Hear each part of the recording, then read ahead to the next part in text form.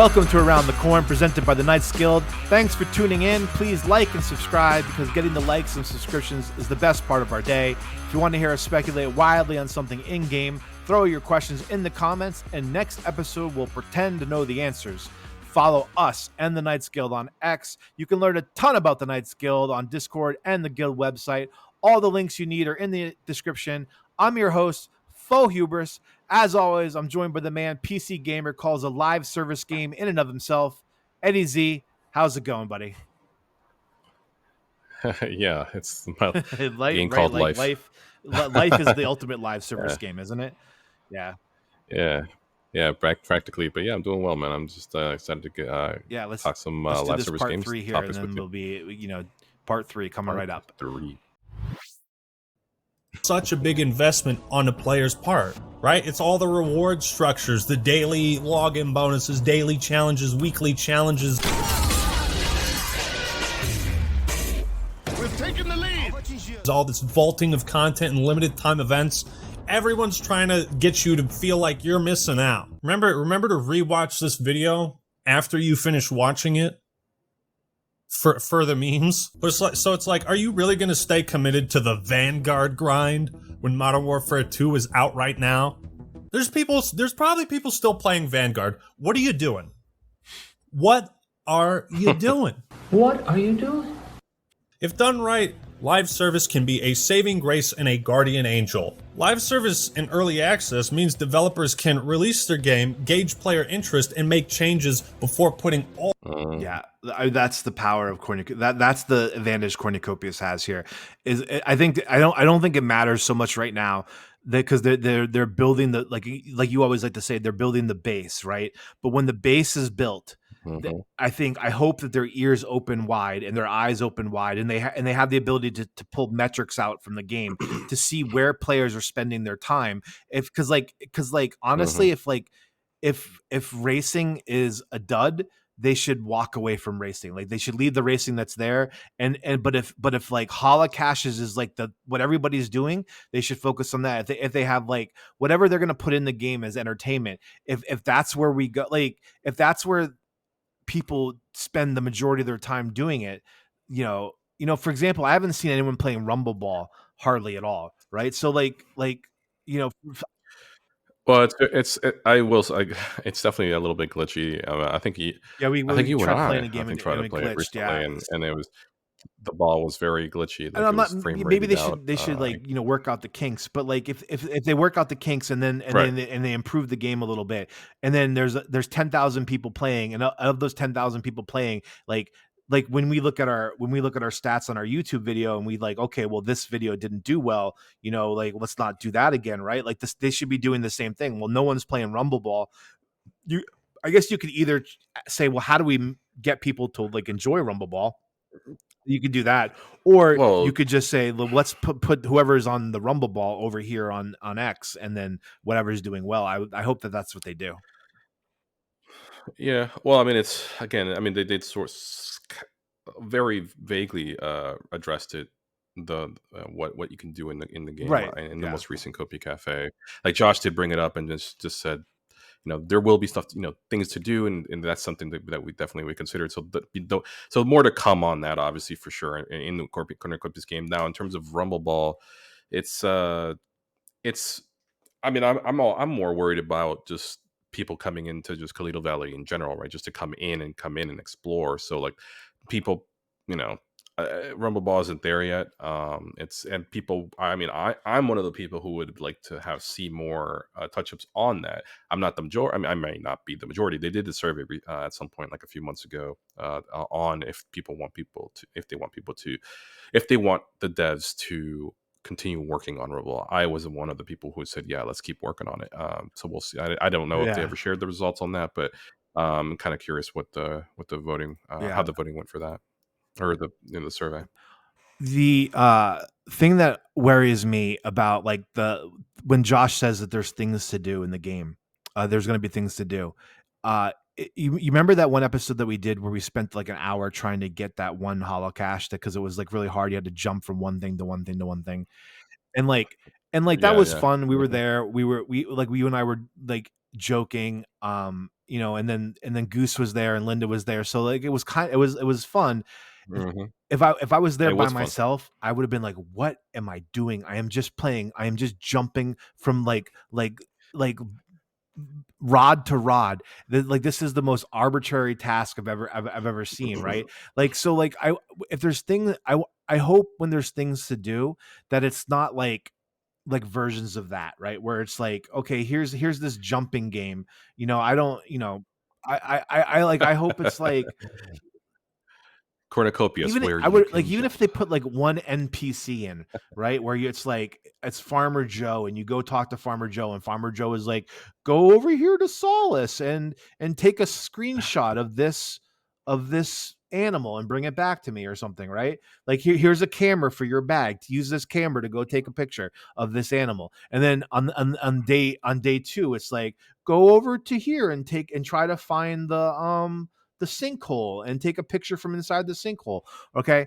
Like that would be way Mhm. better for me than like the agony that we went through trying to jump from land to land. So like while I'm sure there will be things to do, I just hope that they're that like it's more like apparent gameplay things and it's not just like more arbitrary tasks, even though what I just described is an Uh, arbitrary task, but it's like it's like at least you're interacting with an NPC and you're going off and doing something. yeah. I also don't think it's gonna be.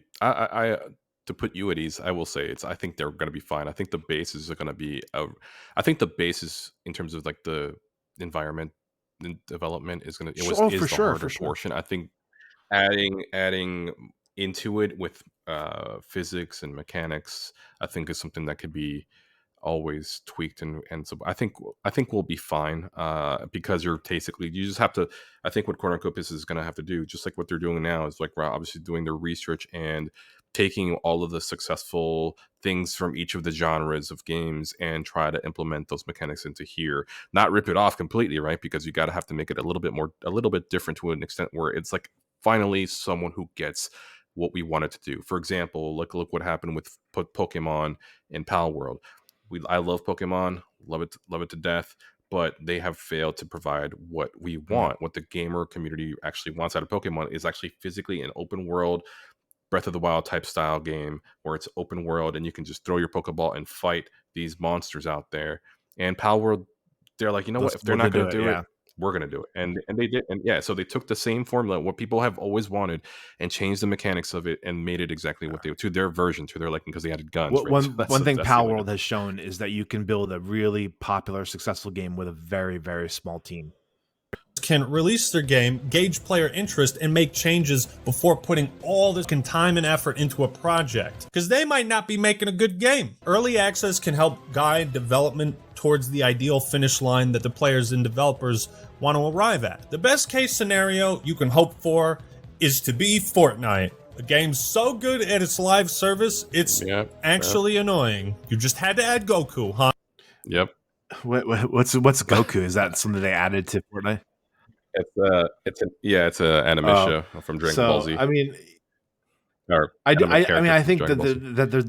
the part of the risk is people trying to be Fortnite. Like it seems like in my research for doing this video is like a lot of games have tried to be Fortnite and they've all fallen way short. That you got to be there's only gonna ever be one Fortnite because like I guess Fortnite is like not the greatest graphics, right? So I think what happened is like a lot of people like what I my research is that oh, you don't even need good graphics, you just need to be Fortnite. And then but the reality is like yeah, but like you're also not as good as Fortnite and your crappy graphics. That's a huge problem. So I'm just did a search real quick. As of April 2023, there were 2,167 developers or creators of Fortnite. So imagine such a large team to just pump and grind and develop and put all, because like it's a really Mhm. well polished game. I mean, that's why it's so good. And so our, cornucopias with like the 50 to 60 range of a staff compared to a four-digit figure team, they're able to pull it out so much more. But of course, there's a lot more money in there, and that's why it's because they're able to support that because the business model is significantly working that because of the IP. and also the partnerships that they've made with other IP. Knew I couldn't resist at that point. Epic Games has nailed the live service model better than anyone. A game like Vermintide 2 likely would have died if Fat Shark wasn't pumping out consistent updates for it. Games that You ever heard of that one, Vermintide 2? I've never heard of that one. No, I never heard of that one. I'm gonna have to look it up. would have gotten this. old if new stuff wasn't added. Live service can provide a lot of benefits. Most important among them, giving developers more than one chance to make a statement. It was an economic decision at the end of the day. You gotta cut the bridge when you realize you can't make a lot of money on something. This is what EA CFO Blake Jorgensen said after the company shut down Visceral Studios and canceled their single-player Star Wars game. These are the words why KOTOR 3 doesn't exist, because it had to be KOTOR Online, and it couldn't just be Elder Scrolls 6, it had to be Elder Scrolls Online. Live service has become the biggest killer of creativity in the industry by far. Game development seems to have Do you think that's true? Because like I'm thinking of like some of those really fun single player games that I grew up with, like Mario and Zelda, and I mean like all the games, like, and even like the story, the single player aspects of all those games, like even like World of Warcraft, like the single player aspect of it was huge. Like, do you think it just takes less work or less creativity to be an online service game? I don't think so. I mean, I think creativity can flourish. I kind of think the opposite.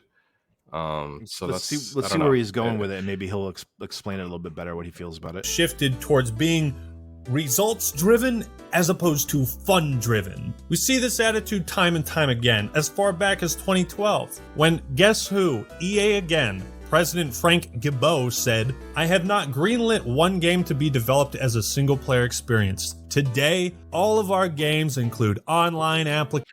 So maybe there's like a real opportunity there for Cornucopias if they wanted to build in early on a single player aspect to the game and see if people flock to Right. that, because like if there's hunger for a single player game, like single aspects of a single player game within a live service game, like I say capitalize on it, because you don't know what's going to bring people in, and I love single player games. So I think a single player game is good, to be honest. I think we need a single player game. I hope that's always been in yeah. their playbook. A lot of people definitely want to do more of a community type of thing. I don't know how that works in terms of how the resources work. I mean, you're really only using your own of the gamer's own system, right? So it's not going to be like a server type of thing. But then again, I'm curious how that works. I do think there's a chance for a single player game, and I Yeah. hope they do. Me too. A I hope single that player they, game. they've That way, never everybody mentioned has. it like a part at any point. But I wonder. But they really haven't also talked a lot about the actual gameplay. I mean, like, because they talked about the activities that you can do, but they've not really spent a lot of time talking about why you're doing those activities. Like, like why are you? And that's going to probably come out with the lore. So, go ahead. I'm also curious how that affects like how your single player experience, like one in the campaign, affects your Mhm. multiplayer world. Like, how much does it change your world? Like, for example, if you have not completed the final boss in the Cornucopias campaign game, does that mean that you are at a standstill where you cannot no longer progress into Mhm. the next What was storyline it to you were telling me access, about let's Elder Ring say? that you said Yeah, Elden Ring, they just recently came out with a new recent DLC, and I'm pretty sure, and I've never played Elden Ring, but I've seen people having to go back to the Elden Ring just to beat a Mm. particular boss, two bosses, I think. So in order to gain access, I guess just you have to beat two bosses. If I'm not, correct me if I'm wrong, people make comments in the comment down there on the comments if I'm wrong on this, but I'm pretty sure that I was told or I saw that in Elden Ring you have to beat like 2 bosses in order to gain access to the DLC apparently, which I thought was kind of interesting. I mean, again, and people flocked. I mean, apparently there were so many people, and people who have already beaten those 2 bosses are going back and helping their friends to beat those bosses because they want to help their friends to go and get into Yeah. the new DLC, which is interesting, right? So like stuff like that is, I mean, I think that's brilliant. I think it makes people say, "Hey, I want to get to a certain point." And I even go back to, let's say, Breath of the Wild. I love the fact on how they did the Master Sword, like doing like a 3 tier way of getting the Master Sword. You had to beat this a certain amount of challenges in order to finally get the Master Sword in Breath of the Wild. I haven't played Tears of the Kingdom yet, but it was, I thought that was kind of brilliantly done, because technically in the entire game you can technically never have the Master Sword ever, if you, or you can literally start the game and go Mhm. straight to the boss, from the beginning of the game, because that's how the game works. You can literally go in there with your no wearing practically nothing and having like a stick Haven't I to seen like fight videos of the like final people boss. trying to beat the boss with just like yeah. I feel like they have yeah, like they can't get hit once, right? Yeah, yeah, exactly. So, and that's, and again, that's the, you leave the choice to the player to do that. And but then again, with going back to the Master Sword, it can make you can do all those really difficult challenges, but there are people who just will never get that right unless they Yeah, look at videos and study and train harder and actually do it right. But guess what? I had right. fun doing that, and the fact that once I got it, it was so rewarding because now I had this amazing weapon that charged up at some point once you completed it as well. It was really well done. I hope something that gets applied to that in with Cornucopias in Yeah. terms of the single player, because imagine if you had something that it also would symbolize to the community, right? You Oh, have to and like progress. maybe there's a way that Yeah. if you look at their profile, right? If you have the profiles, like, oh, you haven't beaten the story, man. You got to beat it in order to do this, right? Like in order to go over here, or I Yeah, don't know, just thoughts, one right? thing that I really Speculation. liked when I was playing Warcraft, like as like a second job, you know, and when Wrath of the Lich King came out, I think it was they introduced something that they call it phasing, right? Where you would go do your quests, and as you progressed in your quest, it would change the land around you. And so if you were completed with the quest Mm, and the land had changed and someone was in the mm, process or hadn't started it yet, and you were standing in the same area, you wouldn't see each other. You could talk to each other in the chat, which is, whatever it is, if that's good mm, or bad, I don't know. But you couldn't see them. You couldn't help them with their quests because they hadn't progressed enough to see the world and the way that you see it. And I remember like there was this area in like the Deadlands or something where a goblin had like blown up a town, and so at the beginning there was this little village there, and then the end it was like a crater, right? And I love that. I love the idea of like dynamic, like the dynamic landscape where what you've done and where you are in the game changes how you see the world.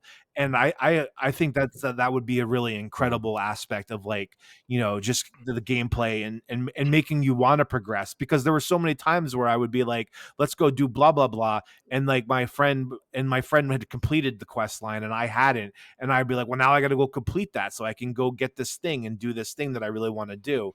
It's a really good way to like encourage progress. Yeah, I would love to see something Yeah. definitely that's like similar to that at Cornucopias, where like let's say because you did a mission, it caused a meteor to hit the bubble, and now there are all these like this like rare resources Yeah. now scattered across the Cornucopias or something like that. Now you have access to this rare resource in your And game because of that, and And now versus that we're someone who meeting didn't the complete team it. and we're Yeah, seeing how incredibly creative they are, I do not think that there's any deficit of creativity on Cornucopias. Like I think the creativity right. in the game is the center part of their mindset. And so, the trick is like you can be super creative and going in the wrong direction, and that's just a disaster. So like, as they get the information from the players and the people playing, they can really focus that creativity. I think that creativity is going to shine. So Yeah, and I mean, again, hats off to David because creative he's the director, creative David. Yeah. director. So I mean, yeah. So just yeah, like Dave is always looking for different things. I mean, he's gonna wow us, and I Yeah, have me full too. confidence in All right. David. Keep on So moving. applications and digital services that make them live 24/7, 365. In other words, if we can't make this game a live service, then we won't make it at all. Why? Because fuck you, give me money! You know BioWare? Yeah, that company that was renowned for making single-player RPGs. Hey, give them an MMO FPS and let's see what happens. This idea that every game should be a... Yeah, do you know about? I guess in my research, Anthem was a huge disaster. That's such a letdown. Yeah, 'cause everyone wanted I it to be was huge, so and hyped it for was that awful, game. huh? It wasn't. It's actually a good game. It just fell. Yeah. It just fell. It just I don't know. And I try to. It's the worst part about that is that I remember I played Anthem and then I try to fill the void with Marvel and then I got Well, disappointed. I think so Marvel was kind disappointed of a by Marvel. failure. Or I know Suicide Um, Squad was a big disaster, and like Marvel was too. that Yeah. too. Yeah. All right, let's keep moving. Yeah. platform or a service isn't exclusive to EA, but they seem to be the ones most convinced this is the only option for the future. Like, did anybody ask for Assassin's Creed to be live service? Like, isn't it enough that they already make the damn things once a year? Game development has been heading towards this homogenous blob where like every game looks the same and its menus are the same and the way you unlock things is the same. With co-op coming to Dead Space 3 and multiplayer rumored for Dragon Age 3, it seems that the idea of solo-oriented experiences is now dead to EA, as is variety it seems. The inexorable march towards video games becoming one indistinguishable mash of gray sludge continues. Live service has radically changed the way sequels are produced, if they are at all produced. Right, Rockstar? Making new games is hard. So let's put all our eggs in one... I mean, I will say single player games are I think Yeah. are a must, and I hope that Cornucopias can help revitalize that and give more give confidence back to the gamer, because I think a single player experience is you can play how you want, because I've played GTA Online Yeah. and Red Dead Redemption Online, and there are multiple times where I've had my gaming experience ruined by an outside party just because that it was that Joker, wants right? to see the It's world just a person burn, who wants yeah. to see the world burn, right? And I get it. That's what they want to do. But at that point in time, I Yeah. didn't want that to happen, right? So it's like, and I was just kind of, it ruined my game, and it was just like, all right, whatever. So like, then there is no way to do single player servers in Grand Theft Auto. So Yeah. like they got rid of that. So and when on I Grand kind of Theft was Auto upset about Online, that. when So you would go on there, I only played the single player. You couldn't there wasn't like a progress for you. Like you got to do A, B, and C to progress your character. There wasn't like NPCs you would go talk to, and if you hadn't talked to them yet, they said one thing to you, but like later on they would say something different. in multiplayer In or in single multiplayer player? online. In multiplayer, no, it was pretty much like you had. I mean, you can practically do whatever you want to do, but they give you like missions, and they give you like if you got enough, you kind of grinded to get like money enough to buy certain properties and certain bunkers, which unlock certain heists Right. and Okay. certain missions, and then that kind of progressed over time, and then that allowed you to buy a home with a 10-car garage, and then it allowed you to buy your own hangar for your planes, and also so Right. again it just kept progressing based on that. But in terms of like actual like talking to people, no, it was really Yeah. just missions, really just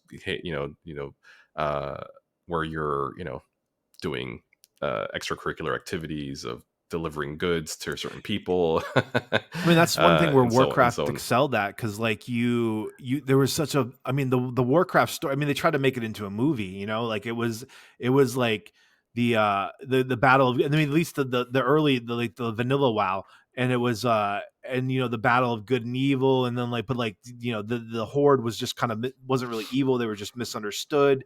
And it's like, and you would go and you would learn your side of it on Alliance. I played Alliance, so I learned my side of the story, and then you would get pieces of the Horde story, Mhm. and you would talk to these, and I mean, split screens are what they are, or like not, I mean, cut screens are what they are. Like you either like if they're really good, like they are in Grand Theft Auto, it feels like you're playing a movie. Where you're a character in the movie, and then every time there's a cut screen, you're like, you could sit there and watch someone play it because you're like essentially watching a movie. Like if you're doing it at that level, like that's like the way to do. Like I would hope you would do like a single Mhm. player version of Cornucopias, so we get that beautiful story. And, and I know we're about to talk about. I'm pretty sure based on the screenshot, we're going to talk Yeah. about Grand Theft Auto. But like, the fact that this game, Grand Theft Auto 6, is coming out, and it's taking years, a decade, right? Like, they're making, from what we've all seen so far with all the leaks and all the gameplay and all the speculation with the whole AI and how things are going to be interacting, there is so much involved in the development of this game based on from the fifth one. And I feel like it's going to be so grand that you have to also consider, they mentioned this in Kopi Cafe, this recent one, July 1st, 3-year anniversary of them actually launching Cornucopias. Yeah. 3 years, July 1st, which is when the nodes are going to be coming out to people for, so flippers beware. But it took them that long to make that GTA, to even announce that Yeah. GTA 6 is coming out. So imagine we're only on 3 years in, and we have what we have now. So that's why I'm very patient. So there are a lot of people out there, right? That going back talking to those flippers out there, that probably there's like half of them are flippers in this community. You know, just be aware that you might as well hold, because this. I mean, I think yes, we'll be able to play the game, but it's not going to be to the level of Yeah. what GTA is, right? Because they're gonna be there's gonna be so much more to do later on, and we don't even know what else we're gonna be doing. Yeah. Skateboarding, who knows? Playing basketball games, or arcade-ish type games, right? Who knows what we can play on there? But it's just the fact that we want things to do. They're going to implement them. It's going to take some time. GTA is taking over 10 years to build this. From what I can tell, it looks like it's going to be a masterpiece, because I love GTA. I clearly have talked about it before in podcasts about me buying this game 3, if not maybe 4 times. I think I want I'm gonna to play it. I'm 3. gonna play it too. Yeah, I'm gonna play this as well. But again, I'm gonna play this, but I'm also gonna have to try and make time for Cornucopias, right? So Yeah. like, that's the thing too. So there is that, you're gonna have to try and suck people out of this game, and again, timing is also one thing. But I also feel timing. I mean, when you release a game, I don't think that should matter. Just because if you make a great game, it's gonna I, be completely like, I mean, it is an accepted interesting. from the I mean, community. like, I don't think the time scale that Cornucopias is looking to be successful is like, like, because like when Grand Theft Auto comes out, it has to be successful right away because they've spent 10. I mean, over 10 years. What's a legacy? Yeah, It's got its right. legacy. It's a It's and legacy, it's gonna right? and So it's gonna have a lot of it people, continues but on. like Cornucopias's greatness and success is not going to be realized for another 7-8 years. Like you're not. It's Right. just and maybe like that doesn't mean like your investment isn't going to do well in a bull market and a bear, and then it's not going to do bad in a bear market. Like that's not the same conversation, right? That's talking about the crypto market, but the time scale that if you're looking at this as like if you were just like if you bought one share of Cornucopias and whether or not and the only thing that mattered is how successful the game was going to be. Like you would need to be prepared to hold on to that one share until probably 2030, right? Like I think that's a fair time frame to be, because like it's the game's gonna release, there's not gonna be a lot to do, they're gonna add things to do, they're gonna pivot from the things that aren't working to the things that are working, and then gradually and slowly but surely they're gonna build a game with player feedback, open the domes up for being built. People are going to add to the game, and then by 2030, you can take a grand view and you can look at it and you can answer the question: is this game fun to play or not? You're not going to really be able to answer that game for quite a while. And so my thing is, like, it's all about speed to market, right? It's in certain cases, but I think speed to market in relations to not Grand Theft Auto, because that's still technically the old model. It's still Web 2, but speed to market for a Web 3 game. And I think that's what matters for Cornucopias, is speed to market for that. This is one of the very few out there Mhm. that's going to have this economy Yeah. to change the industry. So that's the one difference between GTA and this, is the fact that I'll be playing GTA to have fun, do things there, in-game currency, have a lot of great times with friends. The Cornucopias, I might actually have the ability to actually make money off of this and get my money back from actually, well, it's a free to play game, so I'm not really spending anything, or maybe make my money back Yeah. from all the NFTs and stuff that I've bought, right? But like, there is that opportunity there, right? Which is not But seen the in but the Grand Theft money Auto. making So aspect of Cornucopias has to be secondary to how fun the game is, right? Like I don't like you correct, like I mean 100%. they're not going to be able Stick to to their like fundamentals. make anyone is no one's going to make enough money to be able to spend time playing something they don't enjoy doing. So like I hope that in 2030 we're not talking about like like oh well Cornucopias is what it is. I love Grand Theft Auto still, but like I play Cornucopias because it makes me money. Like I hope it's like a nice combination. Yeah, I But hope it's fun. I love playing Yeah, Cornucopias because it's the most fun game out there. It's like I don't know yeah. to say that it's going to be better than Grand Theft Auto 6 is probably like the highest of high like compliments. Like if it's anywhere in that ballpark, like Cornucopias is going to be a massive success. Like so, like whatever where Grand Theft is like a 10. If like and like you're somewhere in that range, like phew, like watch out. But something you just said is about speed to market. I think you're right. The speed to market matters here in the world of crypto. That they're people that are not that are gamers or light gamers, but they want a crypto game experience, right? And to capture them, it's about speed to market. To capture web 2, it is about the best quality, because like Cornucopias has already captured like a nice chunk of like crypto. Like there's 40,000 people in the Discord server. I can tell you from my experience that that Cornucopias Discord server is more active, has more people, and much more lively than most of the other crypto gaming servers that I've seen. So I think that you're right. There's like duality to it. Like capture the crypto market by being by being releasing, and this is their plan. They've stated it.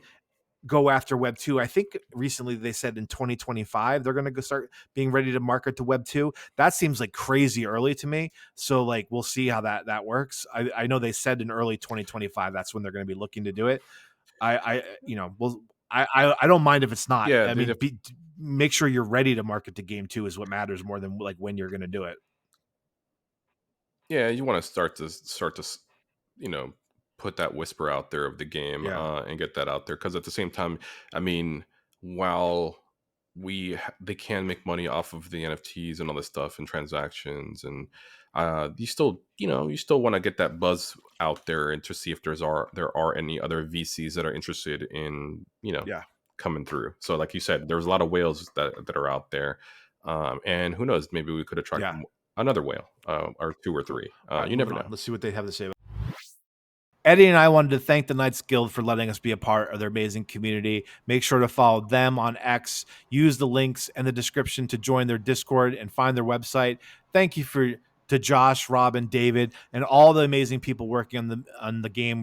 It's been awesome getting to know more and more of them through the Kopi Cafes. We really love that. Finally, please subscribe to Around the Corns YouTube channel so you don't miss next week's episode. We're always trying to do better content. We're trying to do more different stuff like these kinds of videos we're doing this week in this series that we're doing. So thanks for tuning in, and we'll see you all soon.